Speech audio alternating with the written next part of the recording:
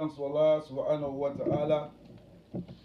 Give thanks to Him for His mercy upon the whole world.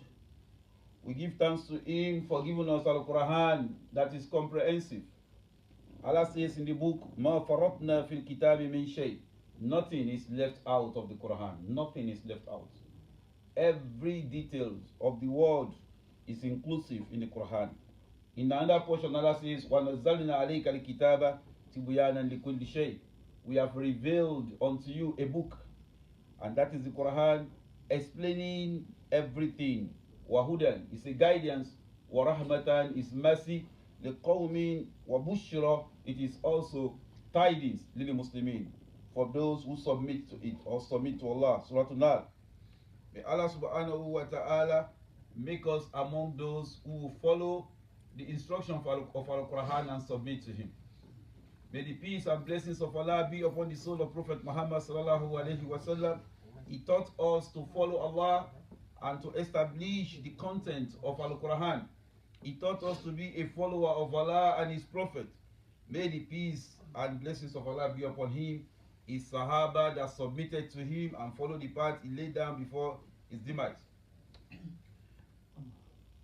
Today, inshallah, we'll be looking at another topic under the topic of politics in Islam, and this is going to be the third one. At the first instance, we talk about the Islamic perspectives of politics, and last Juma we talked about al-farqu bayna siyasat al-shar'iyya wa siyasat al-wad'iyya, the difference between Islamic politics and politics that is man-made. We call it man-made politics or man-made law. Today, inshallah, we'll be looking at makanatul dawla fil Islam, the position of state, of government, as far as Islam is concerned. Does Islam reckon with government? What is the administration of people known for? The state as a whole, how does Islam sees it? That is what we want to talk about. But before then, the most important thing is taqwa, the fear of Allah subhanahu wa ta'ala. Allah says, in tattaqullah, if you fear Allah, yaj'al lakum furqana, Allah will give you a way. You always have a way in whatever you do. As an individual, if you fear Allah subhanahu wa ta'ala, Allah will guide your utterances, Allah will guide your actions, Allah will guide your character, Allah will guide everything about your life. In tattaqullah, if you fear Allah, yaj'al lakum furqana, Allah will give you furqan. Wa yukaffir ankum sayyi'atikum, Allah will blot out your shortcomings. Wa yakfir lakum dhunubakum, Allah will forgive your sins. Wallahu dhul fadlil azim, Allah is bountiful in His mercy. My brothers and sisters in Islam, let us always have with us as our companion the fear of Allah wherever we go. Not only when we are in the masjid, even if you are outside the masjid, you need to fear Allah subhanahu wa ta'ala. Makanatu dawlat fil Islam. What is the position of government, of state in Islam? The first thing we have to do is to define what Islam is. One of the scholars of Islam is a matter. He says, Al-Islam nizamun shamilun. He said Islam is a comprehensive religion. Yatanawalu mazahir al-hayati kulli aw jami'an, and it covers all the facets of life. Islam is a comprehensive religion and it covers every nook and crannies of life. فَهُوَ دَوْلَةٌ وَوَطَنٌ, Islam is a state and also a nation. It is a state that has a head, a government that has a head, and it is also a nation. Just like we have nations all around the world and their leaders, Islam is also an example of that. Our hukumatun wa umma, Islam is an ummah. It is a nation with law, a nation with constitution, a nation with focus, with judges, with ulama, with scholars of law. Islam has its own law, and it has a community which law is designed. The law of Ireland is designed for those who live in Ireland and those who live abroad. The law of Africa is the same. So in each country we have laws. Islam as a religion is not just boxed to the masjid. It has its own law, its constitution, and it runs across like that. وَهُوَ خُلُقٌ وَقُوَّةٌ. Islam is about morality. Morality that is placed beside power. Today, the powerful are not moral. They are not morally molded because they use power the way they like. When it comes to power, they throw away ethics. They kill for the sake of power. They kill anybody for the sake of power. If I want to cite examples, then the khutbah today will not end. Most of the leaders all over the world, they kill to retain their power. That's what Bilqis said in the Quran. Inna limuluka idha dakhalu qaryatan afsaduha. The powerful, when they are in place of authority, they destroy the world. They destroy the world. If somebody that is related to them commits crime, they cover it up. If somebody that is remote to them commits crime, they establish law on such people. Islam is khulukun wa quwwa. Islam is about power and morality. There was a day when the son of Umar ibn Khattab, radiyallahu anhu, when he was caught drinking, Umar ibn Khattab was the one that monitored or that even carried out the law of Sharia on his son. He was the one. When he was brought before the ulama, the scholars, he said, no, let us cover it up because it's your son. He said, no, if you cover him up here, who is going to cover him up on the day of judgment? That's Islam. Islam is not just about you being in power and committing crime.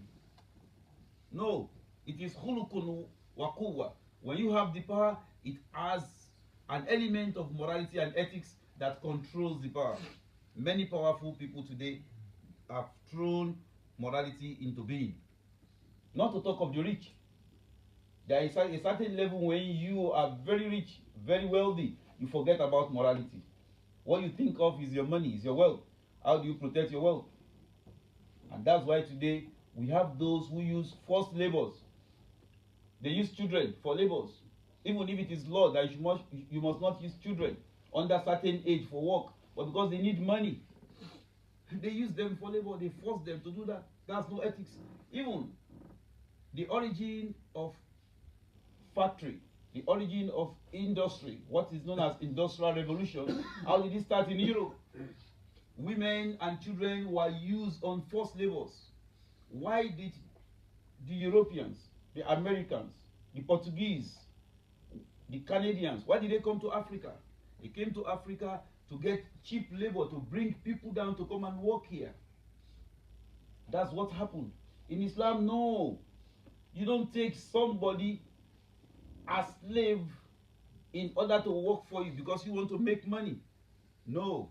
Islam says it is khulukun wa quwwa. When you have power, you must also control the power with morality. If you are wealthy, you must control the wealth with morality. Wa huwa rahmatun wa adala. Islam is mercy and it is justice. The two together. Today people are not tendering justice with mercy. In Islam, it is mercy and justice. If you have power to establish justice, but you are not merciful, the power is useless. If you are merciful and you are in power, but you don't establish the justice, then you are useless. It's the two. Leaders are supposed to be merciful. Leaders are supposed to be just. You must be just and you must be merciful. Even when you relate with your children, you have to be just with them and you must be merciful. There will be a time you say no and it is no. It's not because you don't love them. You love them because you think what they want to do or what they are asking for is bad for them. Then you tell them no, outright no, and it is no. No is no. That's justice. And mercy is when you allow them to do what you think will not harm them. So Islam is about rahma wa adala. Islam is thaqafat wa qanun. Islam is civilization. Islam has its own civilization. We have thaqafa for eating. We have table manners in Islam. How do we eat as Muslims? Unfortunately today, when you go to canteen or restaurants or celebrations and you are at the table with Muslims, you will feel ashamed of yourself. sitting down before a Muslim, you see them eating with left hand. They drink with left hand. And because we've lost our civilization. It's there in the books of history, in the book of Adab. Muslim must not eat with his left hand. فَإِنَّ الشَّيْطَانَ يَأْكُلُ بِشِمَالِهِ وَيَشْرَبُ بِشِمَالِهِ. That's what the Prophet ﷺ tells Abdullah ibn Abbas. Don't eat with your left hand, because that is the culture of shaitan. It's shaitan that eats with left, shaitan that drinks with left. But today, you see, even on the manner, the table manners, you can identify who is a Muslim. When you sit down, you are looking at people who are eating. Say, this one is a Muslim, this one is not a Muslim. They will ask you why. Say, because he's eating with his right hand, then he's a Muslim. Because he's eating with his left hand, he's not a Muslim. That's it. Islam has its own culture, and that is established. Islam has its laws as well as its culture. Islam has its decree and knowledge. All the decrees, all the laws of Islam are based on facts and evidences, knowledge. Today it is a claim that the law of inheritance in Islamic perspective is the most comprehensive and the most established. Muslims today, they die and they refuse to have their estate distribute according to the Islamic law. They write wills, they distribute their wealth themselves. When Allah says in the Quran that Faridatun min Allah, this is nothing but compulsory from Allah. You must not distribute your wealth yourself. Because Alimalu Malullah. Because your wealth belongs to Allah. You don't have anything. You came here with nothing. Why must you now write your wealth? You don't have the right to distribute your wealth. It is Allah that has the right. وَهُوَ مَادَةٌ وَثَرْوَةٌ أَوْ كَسِبٌ وَغِنَى أَوْ جِهَادٌ وَدَعْوَةٌ أَوْ جَيْشٌ وَفِكْرٌ كَمَا هُوَ عَقِيدَةٌ صَادِقَةٌ وَعِبَادَةٌ صَحِيحَةٌ سَوَاءً بِسَوَاءٍ. And the rest of the definition given to Islam by that Islamic scholar that says that apart from everything we said, Islam is also an ideology in the masjid. We believe in Allah, we believe in the Prophet, we believe in hereafter, we believe in angels, we believe in the books, revealed book, we believe in hereafter, we believe in Qadar, Khairihi wa Sharihi, the good part, the bad part, we believe in it. We believe in death, we believe in life after death, we believe in resurrection, we believe on the day of accountability, and it goes and goes on and on and on. The reason why we are here is because we want to worship Allah. We believe in worshiping Allah. We believe that coming to this world for the sake of worshiping Allah is the sole aim of our coming to this world. The sole aim of our existence. That's everything about Islam. Sawahan bi sawa. There is no difference between a Muslim who is a politician and a Muslim who is an Islamic scholar. There is no difference between a Muslim who is a man of the government and a Muslim who is just a commoner. No difference, in as much as they both follow the law. The laws are the same, no difference. There is no difference between a Muslim who is a mechanic, who works in his shop and is a Muslim. He follows the Islamic law. And a Muslim who is in the masjid, who work in the masjid, who clean the masjid, who make the masjid is well okay and make the adhan. There is no difference, in as much as they both follow the law. Sawa and bisawa. It's the same.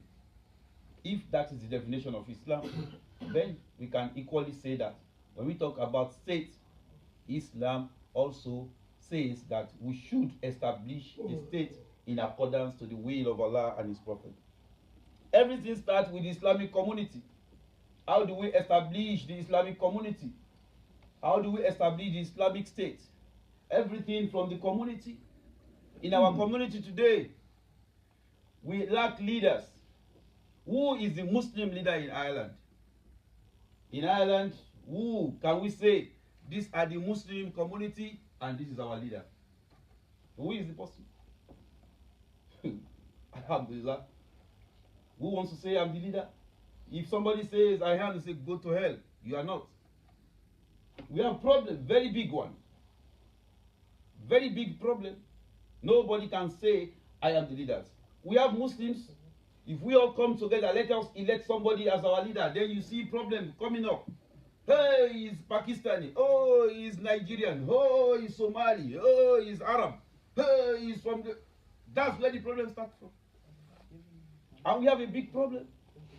Very big problem. If we cannot even have a leader in our community, How do we want to have a state? If the people of Ireland today, they say, we accept Islam. Okay, we are the Muslims. Who is your leader? Let him handle. Who is the person that is going to be the head of the Muslims and the head of Ireland as Muslims? We don't have. And that's where the problem is coming from. If in Ireland we don't have a leader, in Nigeria, maybe they don't have, maybe in Somali, maybe they don't have, how do we expect us to have leader all over the world? Who is leader of Muslims all over the world? Tell me. We don't have anybody. Nobody can say stop and they stop. Move and we move. Open and we open. Because we don't have the nature of Islam in us. Unfortunately, we refuse to understand Islam, and those who understand, they refuse to practice Islam. Islam is everything. The way we observe Salat, the same way Allah charged us with establishing our community. There is no difference. Sawa and bisawa. The way we pray 5 times daily, the same way Allah will ask us with regards to our community and our leadership. Either we like it or not. وَنَزَّلْنَا عَلَيْكَ الْكِتَابَ تِبْيَانًا لِكُلِّ شَيْءٍ. Allah says, I've explained everything in the Quran. 2 verses of the Quran. إِنَّ اللَّهَ يَأْمُرُكُمْ بِالْعَدْلِ أَنْ تُهَدُّوا الْأَمَانَاتِ إِلَى أَهْلِهَا. Allah has commanded you the way He commanded you for Salat. He commanded you to give amana, to give posts of trusteeship to those who are capable. وَإِذَا أَكَمْتُمْ بَيْنَ النَّاسِ. If you want to pass judgment among mankind, and تَحْكُمُوا بِالْعَدْلِ, you should do it on justice. You cannot do it on justice if you use your desires to pass judgment. You cannot do it on justice if you refuse to follow the law of Allah. If you follow your own desire or the law that is made by man, they are all deficient. You can't be just except you follow the law of Allah. So then it is compulsory for us to establish ourselves to follow the law of Allah. It is compulsory that we do that. This is verses from the Quran. Allah says, Ya ayyuhalladhina amanu ati'u Allah wa ati'u Rasul wa ulil amri minkum. Oh, you will believe, follow Allah as prophet and those that emerge as leaders among you. How can we have leaders among us if we refuse to follow the law of Allah and His prophet? We cannot. It's not possible. فَإِن تَنَازَعْتُمْ فِي شَيْءٍ فَرُدُّوهُ إِلَى اللَّهِ وَالرَّسُولِ. And if anything happens within your fold, then take it back to Allah and His prophet. Follow that path. Do we follow the path? No, we don't. We refuse to follow. Many of our leaders, they lack the sarcophagus, and those who have the sarcophagus are not also in the position to be leaders. There are so many hadiths of the Prophet ﷺ that taught us on how or talk about establishing everything within the rank of Islam. There are hadiths that talks about Hilafah, hadiths that talk about Imara, hadiths that talks about judgment, hadiths that talk about leadership, hadiths that talk about sufuf, hadiths that talk about assisting the leaders and the led, hadiths that talks about nasiyah for the leaders and the led, hadiths that talk about being patient with the leaders, hadiths that talk about being merciful to the followers, hadiths that gives laws and regulate our relationship, hadiths that talks about the responsibilities of the leaders and the led, hadiths that talk about the duties of the led and the leaders, hadiths that talks about those who are supposed to be our close friend and those who are not supposed to be our close friend. Hadiths that talk about salat, hadiths that talk about zakat, hadiths that talk about al-amru bil ma'ruf, hadiths that talk about an-nahyu anil munkar. Do we establish ourselves to bring about all these commandments? The answer is no. The answer is no. Even I've gone through so many of the masjid. There was a time I was in Klonsky and the Imam announced today is our halqa. Immediately after Taslim and he started Bismillahir Rahmanir Rahim wa salatu wa salamu ala Rasul Kareem. Everybody just only 3 people sitting down. Halqa.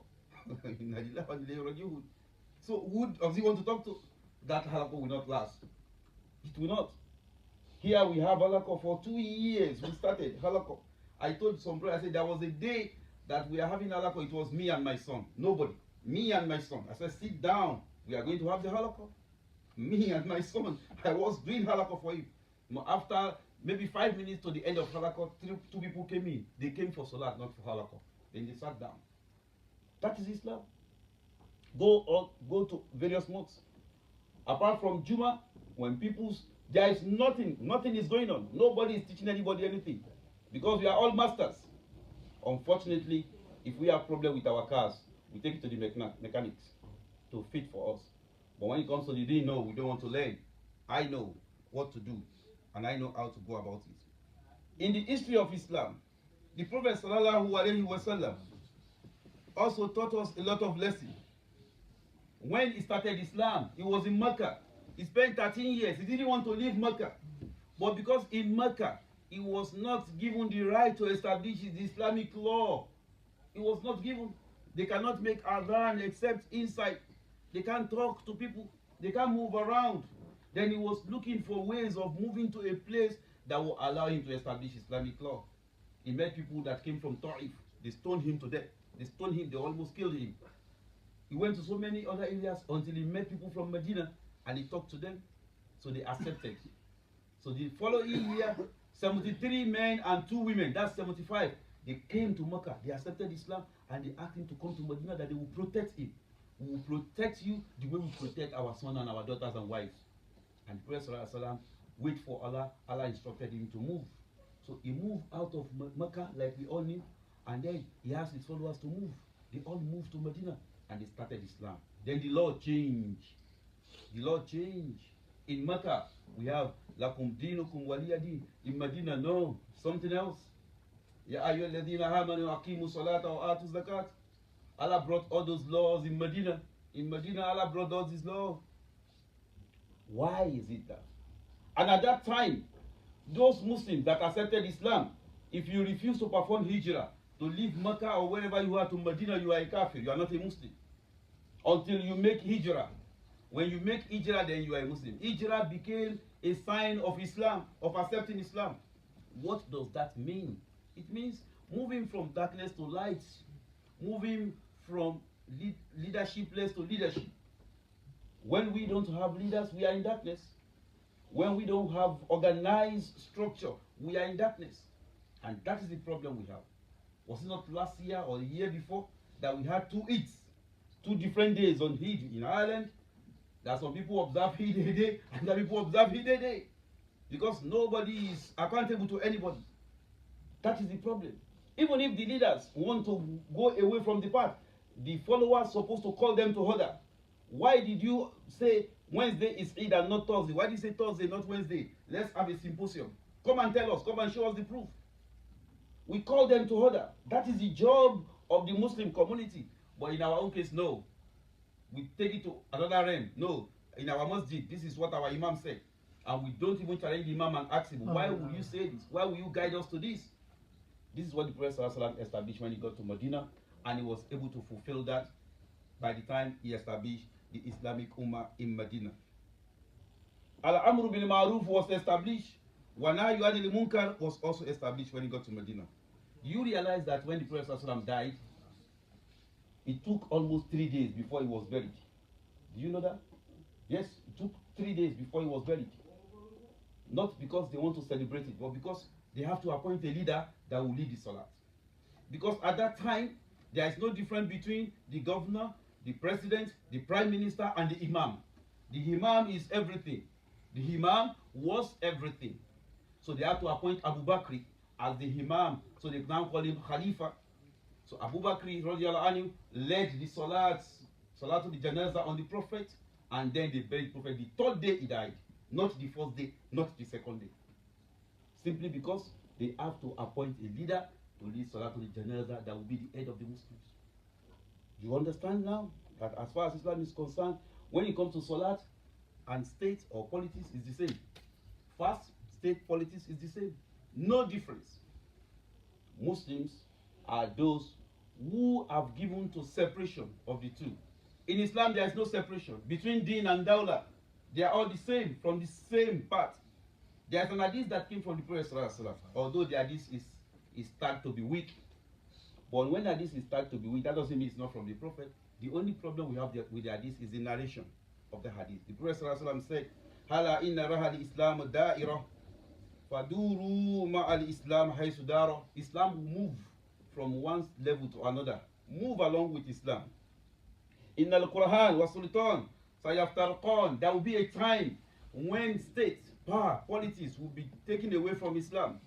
Islam will stand on its own, then the state will start on its own. The Prophet said it's coming. Fala tufarriqul kitab. Don't ever allow that to happen. Don't ever separate Islam or separate Quran or separate Hadith or Sunnah from your political life, from your life experience. They are all the same. Don't follow the idea of religion is apart, then life is apart. It's the same. If you say that, then you are useless coming to this world. What do? We go to work, we collect salary at the end of the month, we eat, and that's what we came to do in life. Then machine is better than you. If that's what you come to do in life, you wake up in the morning, you go to work, you come back in the evening, you get tired, you sleep. During weekend, you go to parties and come back again. That's where you spend your life 7 days until your retirement age when you are useless. No. You come to this world to worship Allah subhanahu wa ta'ala. That's your purpose, and that's what Islam is explaining to you. Your work is part of worship. Your ibadah is part of worship. Everything together. How do we start? Start from your home. Establish Islamic State in your house. Islamic State does not mean you should put sword and hang it or kill people who are not Muslims. No.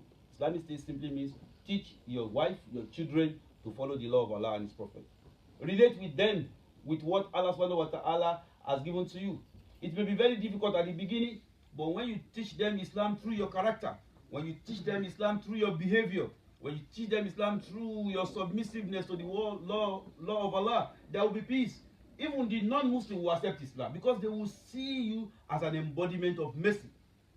They will see you as a shining example of mercy. And they will accept Islam. They won't be afraid of Muslims, neither will they be afraid of Islam. May Allah subhanahu wa ta'ala make it easy for us to practice the Islamic law, and may Allah subhanahu wa ta'ala accept from us as an act of ibadah. Let us seek for forgiveness. May Allah forgive our sins.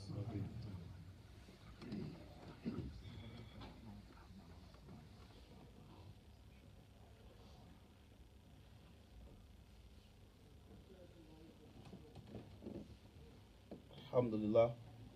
Wassalatu wassalam ala Rasulillah wa ala alihi wa man wala. We give thanks to Allah subhanahu wa ta'ala. May the peace and the blessings of Allah be upon the soul of Prophet Muhammad sallallahu alaihi wasallam and those who follow his path. Wala akibat lil muttaqin. We believe those who walk on the path of righteousness will always have the way. Wala udwana illa ala dhalimin. Inna Allah la yudihu ajra al muhsinin. If you do good, Allah will never allow your reward to go in vain. And anybody who follows the path of evil will also be punished. Nobody will escape either being given reward or being punished. First and foremost, I want to call our attention to what normally happens during the khutbah. We've said it once before, but we just want to reiterate the point. Those who answer phone calls, when your phone comes in, the first thing is to put your phone in silence or in vibrations, or you put it off. You have 3 options: vibration, silence, or you put it off. 30 minutes will not kill you. But if you are the type that works on emergency and you think, or you are expecting emergency call, no problem, put it on vibration. If you have a call, move out of the masjid. If you must answer your call, wallahu alam, move out of the masjid. Don't ever take your phone calls when the khutbah is going on. It's wrong. It's part of the culture. It's like Muslim eating with his left hand. You don't mean you don't understand Islam. When the khutbah is going on, it is wrong for you to pick your phone call and you start talking, no matter how urgent. If you must pick it and go out of the masjid before you say anything. Because Islam says, even if you talk to your brother who is talking during the khutbah, don't talk, the khutbah is going on, you are also a culprit. So you see the problem? And if the imam is not very careful, he's going to be distracted. He's going to be distracted. You don't pick phone calls when you are in the masjid. That's a sign of ignorance. If you do that, people will look at you and say, oh, he doesn't understand Islam. So please, let us be conscious of that. If our phone rings at all, sometimes we may forget. Yes, we forget. But don't pick it. Go out of the masjid if you must answer it. But the best is for you to put it in silence. When you finish salat, then you can give back your calls. May Allah forgive our sins. Please, let's take that into consideration. And those of us who also do side talk, it's like when the phone is ringing. Side talk is not allowed when the khutbah is going on. If you must say something, then go out of the masjid, or you give a sign to anybody you think is necessary for that particular information. That's the best. That's who we coordinate. That's Islamic Sakofa, Islamic civilization, when we are in the masjid for khutbah. There is a particular information going on about those who are living in Ireland illegally, that they have the right to register. The government has opened a portion. Please let those who have access to that information confirm that very well. And if it is true, let us advise those who are living in Ireland illegally to go and seize that opportunity to register with the government. That the government has opened a portion for 3 months. That if anybody who is living in Ireland without legal means has the right to come and register, and they will consider his or her case. So if it is true, I've not confirmed it myself, but I've been seeing the information going around. Let us make a verification of such, and then advise our Muslim brothers and sisters who are not living here legally to go and do the same. They should not be afraid and leave the rest for Allah subhanahu wa ta'ala to judge. May Allah subhanahu wa ta'ala accept all our efforts. Allahumma izz al-Islam wal muslimin wa adil ash-shirka wal mushrikeen wa dammir a'da'a din wa ansur ibadaka al-muwahhidin wa salli Allahumma ala Muhammadin wa ala alihi wa ashabihi wa sallim. Aqimus salat.